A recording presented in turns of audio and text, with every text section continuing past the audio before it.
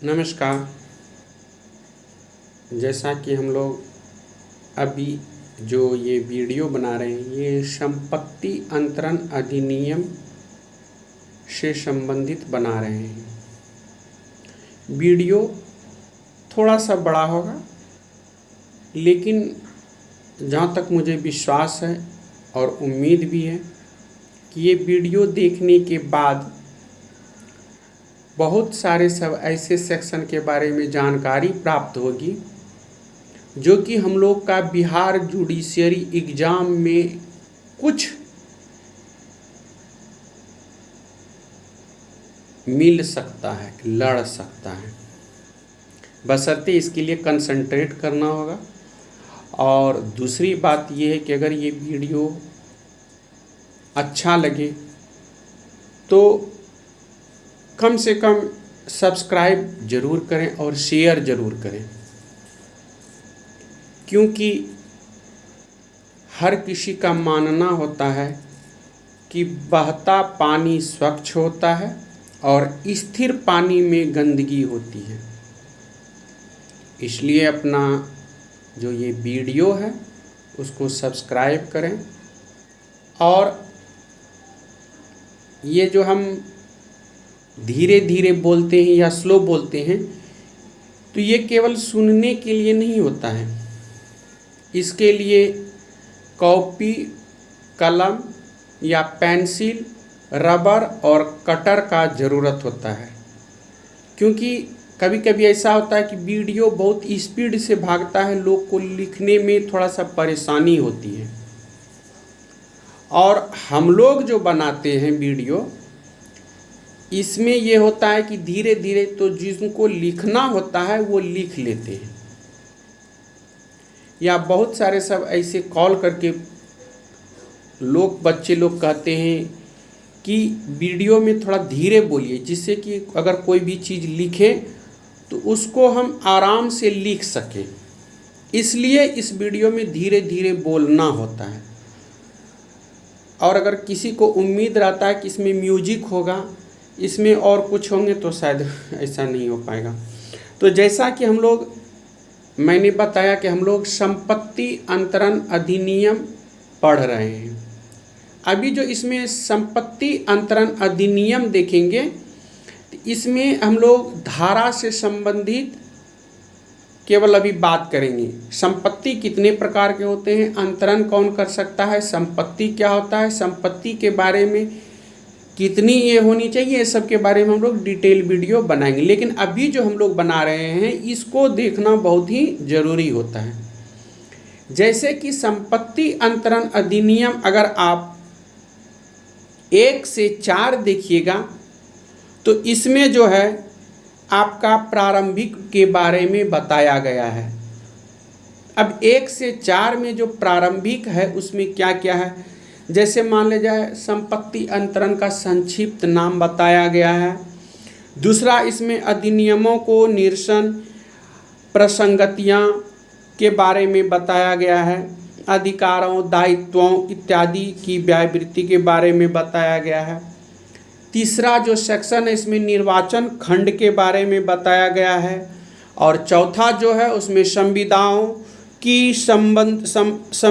से संबंधित अधिनियमों की संविदा अधिनियम का भाग और रजिस्ट्रीकरण अधिनियम का अनुपूरक समझा जाना, इसके बारे में बातें बताई गई है 1 से 4 तक में। अब अगर हम लोग अध्याय 2 पढ़ते हैं या अध्याय 2 देखते हैं तो इसमें पक्षकारों के कार्य द्वारा संपत्ति अंतरण के विषय में बताया गया है। अगर हम लोग अध्याय 2 पढ़ते हैं तो संपत्ति अंतरण अधिनियम के विषय में बताया गया। जैसे कि मैंने बताया कि पक्षकारों के कार्य द्वारा संपत्ति अंतरण के विषय में बताया गया। कितना, अध्याय 2 उसमें आता है। जैसे कि को अगर हम लोग देखते हैं तो जंगम या अस्थावर संपत्ति का अंतरण, जैसे कि ध्यान से सुनना है, कौ में दिया है जंगम या अस्थावर संपत्ति का अंतरण। अब आप लोग इसमें देख सकते हैं जंगम क्या होता है, अंतरण क्या होता है और संपत्ति क्या होता है। कि जैसे कि हम लोग बार बार बता रहे हैं कि हम अगला वीडियो इस पर डिटेल और डीपली बताएंगे, जो कि हम ये नहीं करें कि हम आपके लिए वीडियो बना रहे हैं या औरों के बना रहे हैं, हम अपने लिए बना रहे हैं कि कम से कम वीडियो में देखने के बाद याद रहे। जितना पढ़ने से याद नहीं रहता उतना वीडियो देखने से याद रहता है। तो मैंने बताया अध्याय 2 में अगर आप पढ़ते हैं तो अध्याय 2 में पक्षकारों के कार्य द्वारा संपत्ति अंतरण के विषय के बारे में हम लोग पढ़ेंगे। उसके बाद इसमें आता है जंगम या अस्थावर संपत्ति का अंतरण। ठीक है, तो अब इसमें अगर हम देखते हैं तो अगर सेक्शन धारा 5 देखते हैं तो इसमें संपत्ति के अंतरण की परिभाषा दिया गया है कि संपत्ति अंतरण की परिभाषा क्या है। दूसरा इसमें दिया गया है क्या, धारा 6, क्या अंतरित किया जा सकेगा। अब अंतरित करने के लिए क्या चीज अंतरित किया जा सकता है, ये धारा 6 में दिखाया गया है। अगर धारा 7 देखते हैं तो अंतरण करने के लिए सक्षम व्यक्ति कौन है। अगर अंतरण कर रहा है, संपत्ति अंतरण कर रहा है, तो उसमें सक्षम व्यक्ति कौन अंतरण कर सकता है, ये आपको धारा 7 में पता चलेगा। धारा 8 अगर पढ़ते हैं तो इसमें दिखेगा अंतरण का प्रभाव। अंतरण अगर हम कर देते हैं तो उस पर प्रभाव क्या पड़ने वाला है। उसके बाद धारा अगर 9 पढ़ते हैं तो उसमें मौखिक अंतरण कहा जाता है। अगर धारा 9 पढ़ते हैं तो उसमें मौखिक अंतरण के बारे में बताया गया है।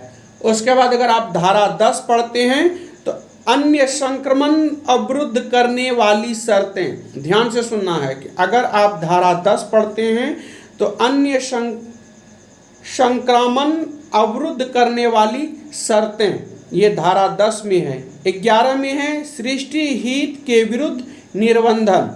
12 में है दिवाले या प्रेरित अन्य संक्रमण पर हित की पर्यवेक्ष बनाने वाली शर्तें, ये 11 है। सेक्शन 12 होता है। सेक्शन 13 में है अज्ञात व्यक्ति के लाभ के लिए अंतरण। अज्ञात व्यक्ति के लाभ के लिए अंतरण, ये सेक्शन 13 में है।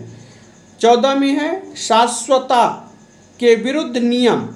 15 में है उस वर्ग को अंतरण जिसमें कि कुछ व्यक्ति धारा 13 और 14 के अंदर आते हैं। 16 में है अंतरण का किसी पूर्विक हित का निष्फलता का प्रभावी होना।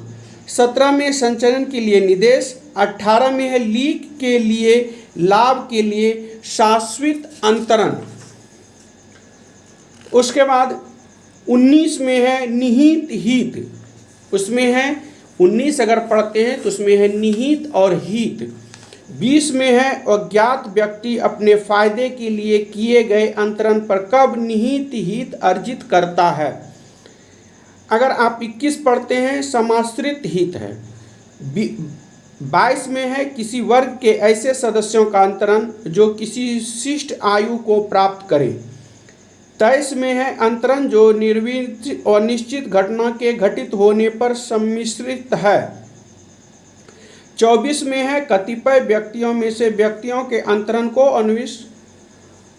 अविनिर्दिष्ट कालावधि पर उत्तरजीवी हो।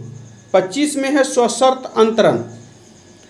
26 में है पूर्वभाव्य शर्त की पूर्ति। 27 में है एक व्यक्ति को स्वशर्त अंतरण ऐसे अंतरण के साथ को पूर्विक व्ययन के निष्फल होने पर दूसरे व्यक्ति के पक्ष में हो जाएगा। 28 में है परतर अंतरण का विनिर्दिष्ट घटना के घटित होने या न होने की शर्त पर आश्रित होना। 29 में है उत्तर भाव्य शर्त की पूर्ति। 30 में है पूर्विक व्यवयन का परतर व्यवन की अवधि मान्यता द्वारा प्रभावित न होना। 31 है यह शर्त की अंतरण विनिर्दिष्ट और निश्चित घटना के घटित होने या न होने की दशा में प्रभावी न हो रहेगा। 32 है ऐसे शर्तें